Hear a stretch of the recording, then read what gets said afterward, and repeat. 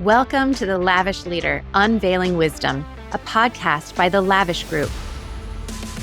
We are a community of powerful leaders and creators. Each one of us is on a different path and from a different background, but we all embody aspects of what it means to truly live a lavish life. And we are here to share our stories. I'm your host, Dr. Erin Martin.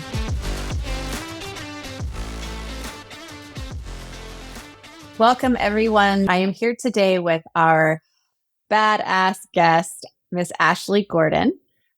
Ashley Gordon is the CEO of the Quantum Coach Company and creator of the Badass Manifestor brand and podcast that has almost 1 million downloads and counting. Ashley and her team help coaches start, grow, and scale their businesses, master the craft of coaching, and step into their big coach energy. Ashley is also the founder of the Quantum Coaching Academy, which is an immersive, internationally accredited 6-month certification program that trains the next generation of world-class coaches and leaders in the 8 life-changing modalities that includes quantum life energy coaching, neuro-linguistic programming, EFT tapping, Reiki level 1 energy healing, and hypnotherapy. There is no other program like this in the world. Ashley says she lives for the ripple effect of helping others master the craft of coaching so they can provide life-changing transformations for their clients to fully embody their highest potential. Ashley and I have been having some backstage conversations, and I want everybody to stop what you're doing today because this conversation is going to not only lit, but it is so relevant and so important. So pay attention. Ashley, welcome. Thank you. Thank you so much. I'm excited to be here. I want to say single-handedly. I know you have a team, but single-handedly upped the game on coaching certifications and really just the inspiration that you bring to women to live a life authentically, to live and help people through their traumas and all of the things that are limiting them with the way that your coaching certification has so many things that most people spend years kind of piecemealing together. So congratulations, first of all, on your success with all of that. I would love it if you would just start out with telling us your story. What's the journey that brought you to the place you are now? And what is it that has pushed you to redefine success for yourself? Wow. Thank you so much. So I, like so many, have a story of childhood trauma.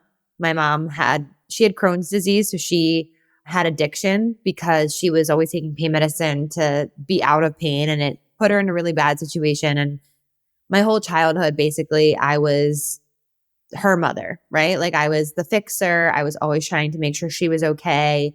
And that really impacted me in a big way because I had to grow up really, really fast. And I never wanted to leave home. So even when I went away to college for a year, I came home. It's like, I need to make sure that I can be there for my mom. And I really didn't know what I wanted to do. I explored some things as a child, but I really didn't have any direction of this is what I'm supposed to be in the world and this is what I'm supposed to do.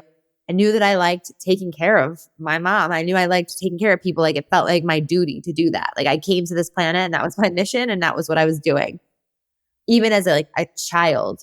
So pulling that thread all the way through, which I didn't before, but realizing I was a jack of all trades. I was mastering nothing in my life. I was a server. I worked in a nightclub. I dabbled in fashion, starting a yoga line. I worked in real estate with my now husband. I've tried so many different things. I worked in a 9-to-5 job. I did it all. And finally, I started learning about manifestation and how to use your energy and the power of your mind to create your life. And it started to put things into perspective and it started to make more sense to me. And so I was like, okay, I can manifest anything that I want. Why don't I think about what I want for my purpose? What is my purpose? And I started posing these larger questions to the universe and God. And I started to connect the dots. And then I found yoga, and yoga took me down a very transformational path where I really did personal development and started to ask myself deeper questions and hard questions. I was always a deep person, but I never had like the tools to really go deeper within myself. And it led me to realizing like I loved empowering people on the yoga mat, but I felt like there was more. And I always wanted more. I always wanted like a bigger life, a bigger impact. I just didn't know how that was ever going to happen or what that would look like. And so I was always talking to people about you can create your life. You can create your life on purpose. Like watch The Secret with me. I would like bring friends to my room and like make them watch the movie and be like, watch this. This is so good. And then I found life coaching. And that's when I was at a wedding and I was on the dance floor, drunk with my husband, a little tipsy. And I see this girl who I had a previous conversation with like a couple months before that. And I was like, Carly, you look amazing. You're glowing. This is like on the dance floor. She looked at me and she was like, Ashley, you changed my life. And I was like, what? Fuck? Like, I was just like, wait, hold up. I was like, that's amazing. And I turned to Todd and I was like, I think I'm supposed to be a life coach. And it just was like this divine download in that moment. Like I knew nothing about life coaching, did not know anything, didn't know you can make money as a life coach, didn't know if that was really a thing people did, didn't know anything. But I started researching and I started making moves. And that's when I kind of wasn't like, hi, my name's Ashley, I'm a life coach, because I didn't fully embody that identity yet. But I was telling people on the down low, like, hey, if you need any support, like I can help you. And I started working with people for free. And that's when I decided that this was the path and I'm going to go all in. And I invested into learning the craft and getting so many different certifications. And that was kind of the start to the journey. That was the very seed that sparked this whole thing. Awesome. So you had these childhood experiences and then just kind of dabbling, and the things that you were able to help people that you kind of knew, people who were in your circle already, and then the feedback that they gave you as how transformative the help that you were giving them was the impetus for you to be like, whoa, wait a minute, I think this is it. I was just going to say, looking back, it's crazy because I didn't know what coaching was and I didn't really understand what it was because I always thought it was fixing people and trying to like give them advice and tell them what I think. And I was really giving a spiritual perspective to them about their life. Like looking back, that's really what I was doing. And it was helping them, but I would get them to like the stuck belief, but I didn't know how to move them through it. I didn't know how to help them release it fully, if that makes sense. Yes, totally makes sense. So when you talk about the craft of transformation, my understanding of that is it's more than just having the idea that you want to help people, right? Like it's actually learning how to do that. And then I don't even know how many million coaches out there. And people have some sort of certification program or coaching program where you can learn how to do this. But I think that what you have mastered and what you're trying to teach or you are teaching to those people, I mean, ICF accreditation is kind of the top accreditation that you can get for a coaching program, and you have that for your program, right? So we're talking about an art form. It's your craft, but it's an art form. It's a healing modality. Yes, it is transformational, and that means a lot of different things to different people as well. How have you been able to take that and turn it into an art form? Wow, that's an amazing question. So I think to just like fill in the gap there on the timeline, I was getting amazing results with my clients after I learned all these different modalities and healing modalities and all these things. And I was weaving them together in a way that was really helping them. And they would start referring me people. And I was always booked up as a coach. And then the business grew and people were like, well, how did you grow your business? And I look back and I didn't have fancy marketing. I didn't have a fancy website. I didn't have any of that. I literally was just helping them get results. And that was speaking for me. And I was like, there's something here. In 2019, I was at my friend's business mastermind. So it's 2017, 18, and 19. I was spiritual life coaching and business coaching. Like it turned into business coaching. And then I was at my friend's mastermind event and she's like, I want you to speak. What do you want to say? Do you want to talk about manifestation, money manifestation? Because those are all things that I was talking about. And I said, honestly, it's a room full of coaches and in a sea of thousands of coaches that I'm aware of online and people trying to help everyone. Everyone is talking about their business, but nobody I felt was talking about the craft and the art of coaching. And that was always in my reflection, what was my secret weapon was like, if you're going to do this thing that you say you're a coach, that's a huge responsibility and you better be damn good at it. So the night I decided that I wanted to teach how to be a better coach. So that small group of coaches that was in that room, there were 7 people in the room. And my friend and I, we created this like very powerful framework, which is now turned into the quantum coaching method. But I taught that framework that we created raw, real, authentically, just like on the blackboard the next day. Their minds were blown because I was pointing out the mistakes that you don't want to make in your coaching. And we can go over that in a little bit. But just like the mistakes that most people make that they have no idea they're making in their coaching, that if you shift these things, these 5 things in particular, you will have like life-changing results with your clients. These alone, without any of the other tools. So that's kind of how I convey that to them. So after that, 2 people messaged me privately and they ended up hiring me to teach them how to be better coaches. And that was like the whole download for Quantum Coaching Academy. I was like, oh my gosh, like this is it. Like this is what I meant to create. And it just all came together. And I was just like, okay, this feels huge to create. And I have no idea how I'm going to make this thing happen and how I'm going to get it accredited and how I'm going to do the whole thing. But I just knew in my soul, like, that's what you have to do. And so to answer your other question of like how to take the craft and make it an art form, the best analogy I can give you is like when I was trained in yoga, I was trained in a very specific type and it was called Baptiste yoga, which is a set sequence of yoga where it's the same sequence every time. It's like the Bikram sequence is almost the same sequence every time. And as a teacher, I had to master that sequence. I had to be able to recite that sequence inside and out, know the body cues for that sequence inside and out. But what that gave me access to was my intuition because I knew that sequence in and out and I relied on it and I trusted on it. And because I knew where I was taking the people on the yoga mats, I was able to channel messages and trust what was coming through in my yoga classes and be able to like add my flair and intuition into the practice because I had such a solid foundation and framework. So when you have these coaching foundations and frameworks that are like just so solid, you know they're transformational, then you can bring in your intuition and make it your own. And that is where the art of coaching comes in. Yeah. And what I hear you saying kind of between the lines here is because you had that opportunity for mastery through the yoga training and the yoga teaching that you had already done. And I'm imagining, given your past of your upbringing, your trauma, and all of that, you'd also done a lot of your own work.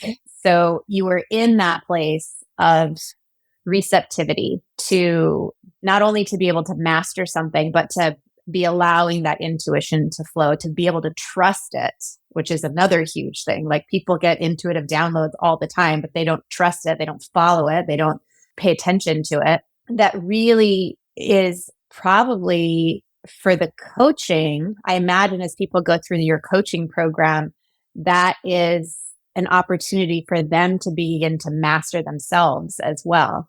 Totally. I mean, that's a huge part of it as well, right? Like we can't lead people where we're not willing to go. I fully believe that. We don't have to be perfect. We don't have to live a perfect life. We're human, right? We're never going to arrive.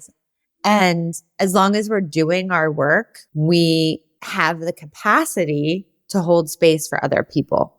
Because if you're not doing your own work, you can't hold space for yourself. And if you're not holding space for yourself, it's really hard to hold space for someone else in a real way, in a way that is a contribution and not like a distraction or projection. Yeah, 100%. Things get dangerous when you are in those positions and you can't hold space. You're projecting, you're distracting, just kind of adding to the noise. And that's why it's so important to have that. And I think why part of this discussion right here is important is because a lot of people are looking for coaches or considering coaching. And I think it's really important to have a context with which to ask questions and make sure that you are essentially hitching your wagon to somebody who's going to be guiding you. You want to make sure that this is somebody who is not only qualified by the academics, but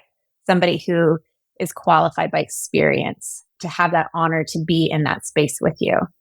100%. It's almost challenging for me sometimes because I've been part of other masterminds, other programs, and it's almost hard sometimes to like, I get in those containers and I'm like, whoa, you have no training as a coach. Like I could tell right away. And it creates a lack of safety for me personally, where I'm like, you don't know how to hold me right now. And your intentions might be good, but I'm not going to open up because I don't feel like you can handle it.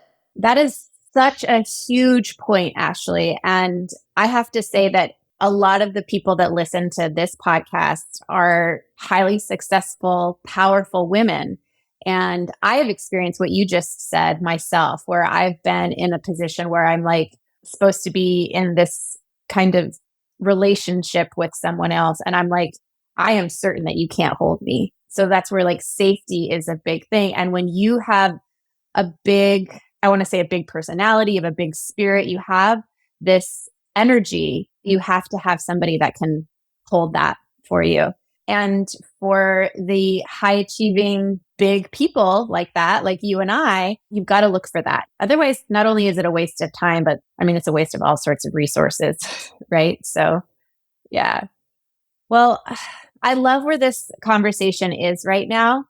And I want to start shifting it a little bit because obviously trauma is really important. Trauma is something that has happened to most people. It's happening currently, it's happening in the world. And I've also recently heard you speak a little bit on your Instagram feed about expanding in the overwhelm. And it has many different faces, right? Like overwhelm can look a million different ways, from like, we can say little o overwhelm and then the big O, like collective overwhelm of the world. And that's a good way to put it. Yeah. So there's different facets of all of that. What I love about what you're saying and the realness, I mean, you guys, you have to know, like, if you listen to her podcast, 1 million downloads, and she is so authentic and so real with what's going on in her life and how she talks about it. And I think that expanding in the overwhelm is so apropos at this moment because of what's going on in the world, because of coming out of the pandemic and everyone's trying to kind of catch up, for lost time, life, right? Lost life. And I would love to just have a little bit of a conversation. And we can start with kind of what you were already saying about what's going on in your life and how is this feeling, and what's the mindset that you have about what's happening and what that requires of you, and how does that change? How do you have to pivot? Like all of that. I think right now, when I recorded that, I was extremely overwhelmed. And today I'm extremely overwhelmed with the events of the world and everything that's happening. And I think the context is a little bit different. Like I have feels different from today than when I recorded that. The level of overwhelm, and it's just different. And when there's a lot to manage in your life and in my life, like there was a lot going on. I wasn't feeling my best. I was having heart palpitations. My son had a fungal infection on his balls. I had never experienced that before. I'm like trying to get everything together in the business and run a household. And there was just a lot of things, good things and not so good things happening at the same time. And what I was downloading for myself was like, I believe that everything that's happening is expanding my capacity to hold. Right? Because I think everyone listening, like you said, there's like high achieving, successful women that listen and have been on this show. And I think that as we expand our lives to receive more success, more wealth, more recognition, more of a platform, when that happens like overnight, which is I would say rare, it's like really traumatizing to the system. Where like if I or you became like Tony Robbins overnight, we'd be like, whoa, I can't handle this. And so that level of overwhelm would like totally probably take us out. It's like when people win the lottery, they don't know what to do with it. So there's times where things happen in our lives and our capacity is adjusting to be able to handle what is occurring for us so that the universe and God can give us what we asked for. Does that make sense? So it's like our capacity expands to be able to receive. And it doesn't mean that we're exempt from it feeling like overwhelming as hell and just like uncomfortable. And it doesn't always feel like rainbows but it rarely feels like rainbows and butterflies. So that's kind of what I was speaking to. And it's like expanding our capacity. And as I'm like talking about it now and reflecting, like today, I'm sad for the world. I'm sad for Israel. I'm sad for Palestine. I'm sad for all the innocent lives. I'm sad for all the Jews. And I'm sad for our world that everybody has to deal with this. You know what I mean? Like there's just like, really? We have to deal with this. And so I don't know what expanding my capacity looks like today. I guess it's just about expanding my capacity for being more real and more authentic and the way that I feel about it all. I think that's what's coming through right now. So there's always opportunities to expand within ourselves and be able to hold life as it comes. Right. I love this conversation. I keep saying that, but I really do because there's so much juiciness here. You're talking about expanding capacity, and we can think about that. Like I think about this. Overwhelm is a huge thing for me. Overwhelm is one of the stories that I have. Oh my gosh, I'm so overwhelmed. Overwhelmed means I'm stressed. Overwhelmed means I don't have the time to take care of myself like I want to. Overwhelm means I'm not sleeping well. Overwhelm means all sorts of negative things. It has a negative story to it in my life, and it can become very paralyzing for myself. I know, having worked with tens of thousands of people over the course of my 20 years as a doctor and as a coach and mentor, the overwhelm is paralyzing for a lot of people when it gets to that point. Like their nervous system is toast, and that's burnout, right? So what's hard when we get to that place of burnout, we've reached capacity, right? For ourselves physically. But what you're talking about here in the terms of what's going on in our world collectively and how that affects us like as individuals, this is the difference between like, you're talking about mindset when you're talking about daily life, daily capacity. How do we fit things in to grow in that way? But we're talking about expanding consciousness, the collective of what's happening right now. It is capacity, but it's our capacity for compassion. It's our capacity for love. It's our capacity of acceptance of our fellow humans. This is the way that the universe holds our humanity in that expanded consciousness. And what's happening right now is horrible. And what I believe, at least, that we're called to as individuals and as a collective is like we can become paralyzed by this, which often happens in war. There's a contraction before there's that expansion, where we can expand more, we can bring more love to the world, we can be more authentic. Like you're saying, what's my capacity for being real? Consciousness of yourself is being expanded in the capacity to be real and the capacity to be authentic, to use your voice for your own story, to express what other people are thinking and not saying, or what other people are sensing but are unable to put into words. There's so many levels of that. Does that resonate? Oh yeah, 100%. Because I mean, I shared with you before we hit record, it was just like, I don't like to even say that I'm Jewish online. Like I don't like to promote that in any way for fear of judgment, for fear of people not wanting to work with me or join my program, because I don't want to lock people out of having that experience because they're judging me for my nationality, and also for fear of like what others would think, right? Like there's that too. So it's just definitely awakening my consciousness and my identity in a new way, because as much as I've separated myself I went to Jewish Hebrew day school. Like I grew up very Jewish in that sense, and it served me well. Like I had a lot of values from that, but I've separated myself from that. I've been to Israel twice, and separated myself from being religious and practicing Judaism to being spiritual. And I think that they both serve a place. And I never saw that before because as now I have a 10-month-old son and my husband's like, we are raising him Jewish. And I'm like, but are we? Because we're not really like, we don't practice. We don't go to synagogue. We don't do those things. And he's very adamant about it. And I just never saw the connection. I'm like, no, we're spiritual. We believe in God and the universe and like all of that and higher and source energy and all that. And like, I can believe in that. And I can also have a place for representing Judaism in my life and the values that they hold. And so I've never shared about that. I've never thought about that. These are just things that are like real and raw bubbling up inside of me right now over the last 24 hours. So yeah, I definitely think it's expanding my awareness, my capacity to like be myself more fearlessly, I guess more in alignment. Thank you so much for sharing that.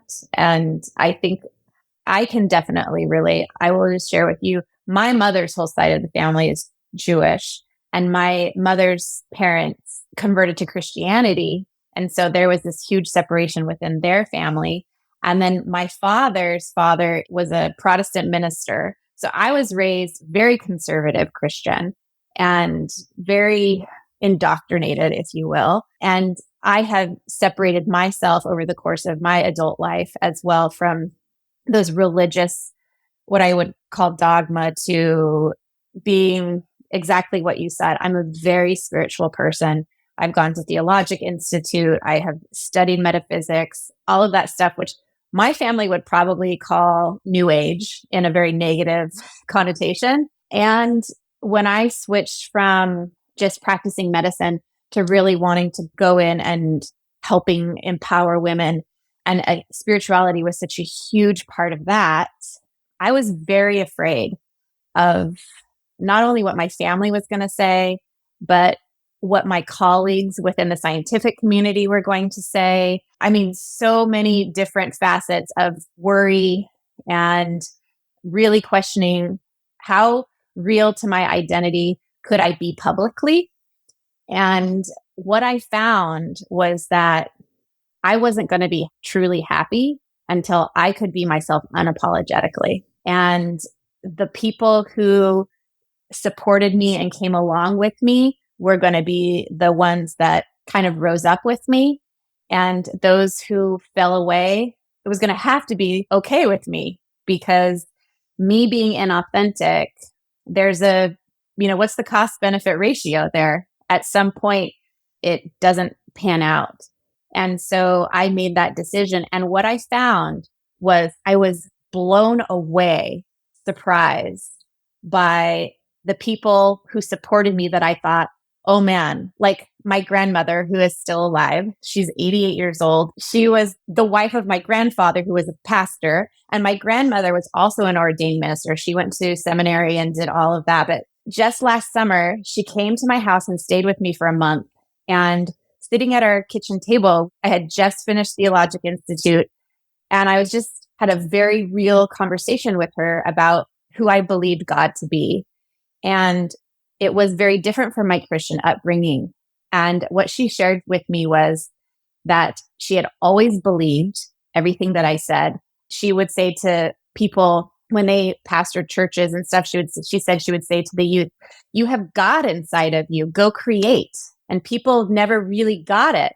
They never really got it. And I'm sitting there having this deep, deep spiritual conversation with my grandmother, who I thought was going to be somebody who sat me down and said, now, Erin, we don't believe that. I'm really worried about you. Right. And that didn't happen. In fact, the absolute opposite happened. And it brought me closer to someone who I thought was going to be a critic of mine. And so that was empowering to me to continue to share a part of me that is, it's most of me, and heritage, ancestry, lineage, the people that came before you that are part of you still is such a powerful, powerful part of you. It is you. When you say that, what just came through for me was just like, I feel like my ancestors are like, you're the one, like, you need to speak this. Like, they're like, as you said that, I feel like they're now here talking to me right now. Whoa. Everyone listening is like, okay, this girl. Goosebumps. This is real. Like, this is what you're talking about, like the real and the expansion. All right, I hear you. Everyone's gonna be like, woo. I had a similar experience once where I felt like all of my grandmothers from generations and generations back were saying to me, you're the one. And I was like, oh my gosh, because the lineage of my family and the women in my family has been, you know, bad marriages, abuse, being in these religious places or families that they were just squelched. And looking back, I feel like, wow, it's absolutely amazing that I came from that someone as outspoken and opinionated and powerful as I am came from that. And I literally had a dream where these women that I knew to be my ancestors were saying to me, you're the one, you're the one. That's what I'm hearing. Yeah. Yeah. It's so cool. It's so cool. Yes. Wow. Amazing. Amazing. So we're talking here about so many things. We're talking about trauma. We're talking about what's going on in the world, our capacity to expand our consciousness, and the importance of authenticity and voice. What do you see are the dangers of ignoring this, particularly authenticity and voice? It's interesting because so before we hit record, you were sharing with me how you were like not taken back by how authentic I was, but just complimenting how real I was on my podcast episode and how that's probably a big reason why people listen and tune in and all of that. And I appreciated that so much. And it's something that I thought about a lot in the beginning days of my podcast of like really like taking off the armor and like really just going all in because I know the impact that that can have on the world. And it's something that I actually like kind of take more lightly now that I don't think about as much, right? So just you saying that kind of ignited this like, yeah, you are making a difference just by like sharing your real true self. And the impact of not doing that, looking at the over 1 million downloads that we have now and the thousands of people that have listened to these episodes, if I could inspire them to be a little bit more authentic within themselves, the ripple effect of that is endless. And if we don't have that, like it's a level of healing because we've been taught and conditioned to like hide and be perfect and seem perfect and have it all together all of the time. And it's just adding to the trauma. It's just adding to the overwhelm. It's just adding to the problem. And so the impact of if we don't share our real, true, authentic selves, and it's not for everyone to like go on Instagram and share their heart and soul, you know, or podcast. It's in your unique way. It could be in private conversations with people, just being like, oh, wow, she is so real. Like that just inspired me to be more honest. That's in Judaism, we would call that a mitzvah in Hebrew. It's a good deed. And the impact is actually like massive if we don't do it, if we don't share. You're talking about the ripple effect. And we think about the ripple effect of the positive things that we're doing. Yeah, but not about the opposite. Right. What are you not doing that's not having an effect that everybody else is suffering for or not reaching a point of expansion because of something that you're holding back on?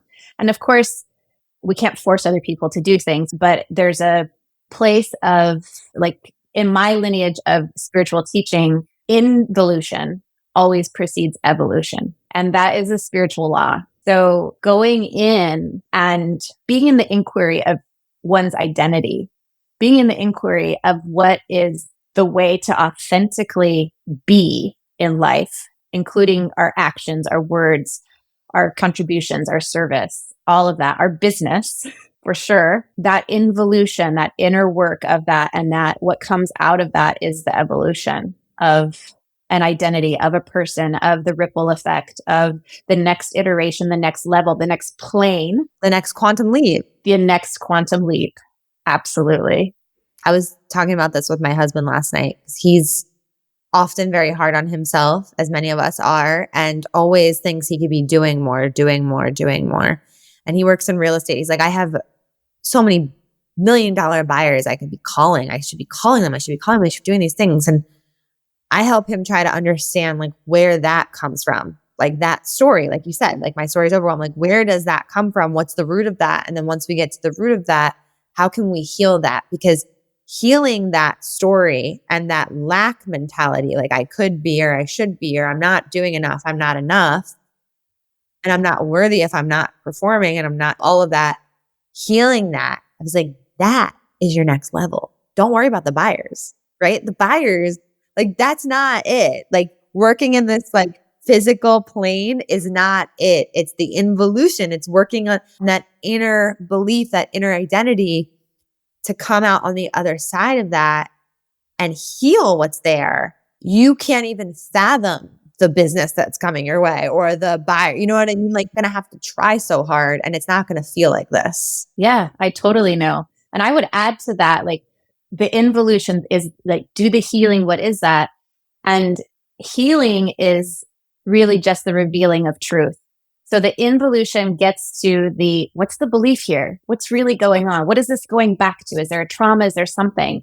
And then once you have that awareness of what it is, it's knowing the truth about it, the truth about who you really are or who you are not, that you've believed that you are, what stories that you've believed that other people have told you from childhood or whatever. But knowing the truth is what gives you the quantum leap to go from, oh, I have the awareness to I'm healed. Like that's the healing because I know the truth about this.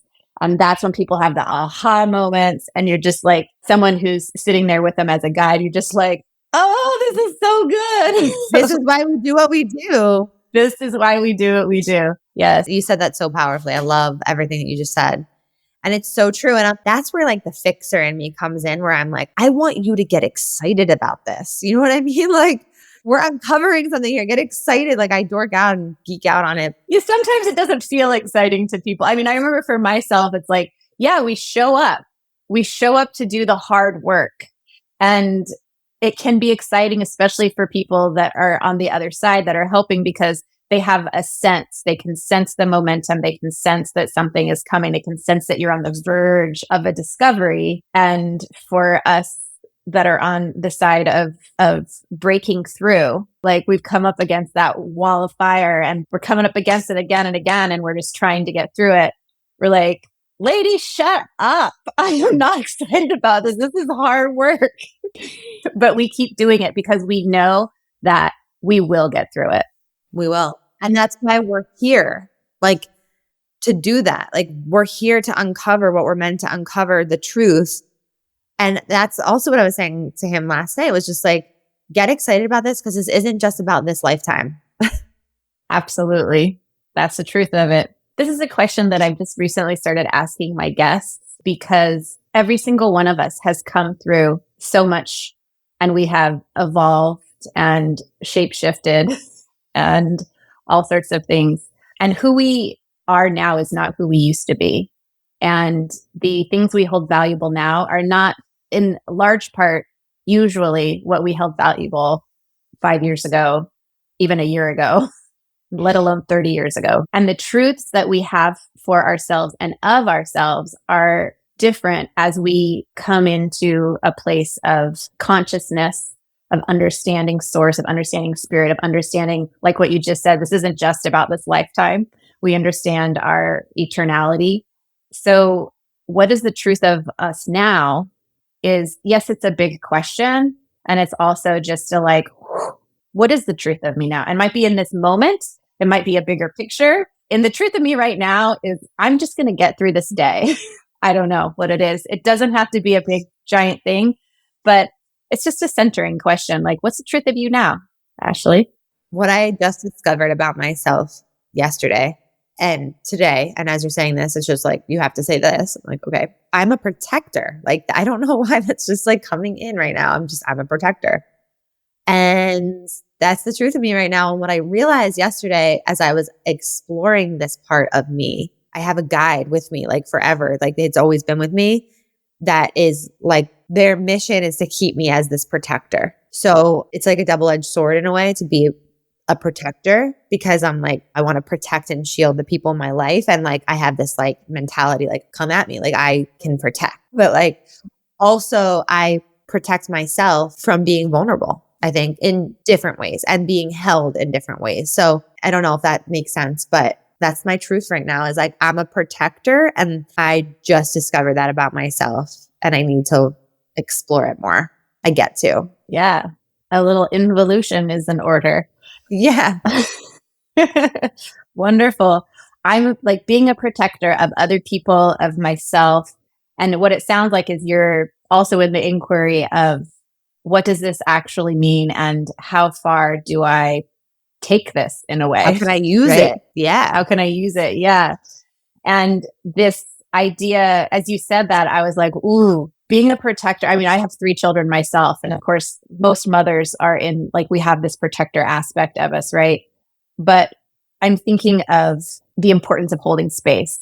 So, being a protector or a fixer, I know for myself as a physician, like, especially when I was practicing medicine, I wanted to be the fixer. I felt like that was my calling. Like people had a problem, they came to me, I told them what they needed to do to fix it. But the holding space, what I learned over the course of my career, when it burnt me out trying to fix everybody, was the importance of holding space and allowing people to have that their own experience, their own journey, and yet somehow creating some sort of container for them. And I'm wondering for you, as you think about being a protector, what you think the importance of holding space for people to be, because that's one of the things with being a parent. Like my son is 17, he's a senior in high school. If you ask me, I like say to my husband that I'm like, he needs to stay at home and go to college because he is so not ready to be out on his own. And yet he's going to be 18 and I have to let that happen. So the question now for me is how do I create some sort of a safety container for him? And I'm wondering how you think about that for your what's coming up for you. Thank you for sharing that. It's interesting because I think that learning how to hold space has been one of the most transformational things that I've ever done in my life. And that is part of my mission where like that protector has also shows up in what I do as like facilitating the Quantum Coaching Academy. I'm literally teaching people how to hold space because that was the thing that like actually helped my mom get sober. Instead of trying to fix her and change her, I held space for her. I loved her as she was. I met her where she was. That's what we have to do in coaching. We have to meet people where they are to help them get to where they want to be. And so learning the art of holding space has been, I think, this like beautiful balance in my life. And then teaching that to other people ripples that out. And it just feels like, yeah, it's like the divine feminine and masculine energies kind of coming together within me. And I don't know, as far as like, if you're open to it, like what's coming through for your son is really just trusting life, holding space for trust. It's so hard. It's not easy. It's not going to be easy, but it's like, that's what I did with my mom is I trusted like she's on her perfect journey. Even if I don't agree with it, even if I don't think she's ready for, if she wants to move to Florida, I don't, you know what I mean? If she wants to do this, if she wants to, I don't agree with it. I don't think she's ready for that. I don't think she can do that. I don't know how she's doing life right now. Instead of trying to change, I had to say, I love you exactly as you are right now, where you are right now. And I have to like let you go, kind of just like what you said. And accept that if I let her go and God forbid she were to die, I would have to be okay with that. I remember leaving, we were on like a trip, a Mother's Day trip to Disney World, and she was so messed up the whole time. And I was driving myself to the airport 3 hours from Orlando to Fort Lauderdale. She was next to me and she's like out of her mind. And I'm like Googling, like, how long does oxycodone stay in your system for? Like, because she wasn't okay to drive like from the airport, but I was so done with it. I was just like, I have to like let you go. And that's ultimately what brought her back. So there is something to that. Like let them go and they'll come back, like the song. It's hard. Yeah, it sounds really, really hard. And as you're talking, and I have protector and then I have holding space right next to it. And maybe that's what it is really like protect the space for other people's life. It is their life, essentially, right? And I feel, Ashley, so much for you right now. And I mean that in the most heart expansive way. Like, so much is coming to you right now, and so much is expanding for you. The truth of you now is huge. I have just absolutely loved this conversation. And I'm so glad you're in my life now. Oh my God, me too. Like, I just want to hug you. We just went on a journey. We basically just did like ayahuasca. Yes. Well, can you tell our audience where they can find you, where your podcast is at, and where they can get more of your goodness? Thank you. Yes. So I am on Instagram at thequantum.coach. The podcast is Badass Manifestor Podcast. And if you feel called to learn more about the Quantum Coaching Academy, you can just go to thequantum.coach. So that is my website, thequantum.coach. And if you end up filling out an application, please write down that it's from the Lavish podcast episode that you listened to. If you find me through this way, please remember so that I can let Erin know and have her be part of that experience. Wonderful. Thank you so much, Ashley. Thank you for being here. Thank you for having me. The Lavish Leader, Unveiling Wisdom is brought to you by Dr. Erin Martin and the Lavish Group. To find out more about Dr. Erin and how you can create and embody a lavish life for yourself, visit thelavishgroup.com. And don't forget to search for Lavish Leader in Apple Podcasts, Spotify, and Google Podcasts, or anywhere else podcasts are found. And click subscribe so you don't miss any future episodes. On behalf of the team here at the Lavish Group, thanks for listening. And remember, you too can live a lavish life of fulfillment, beauty, and love.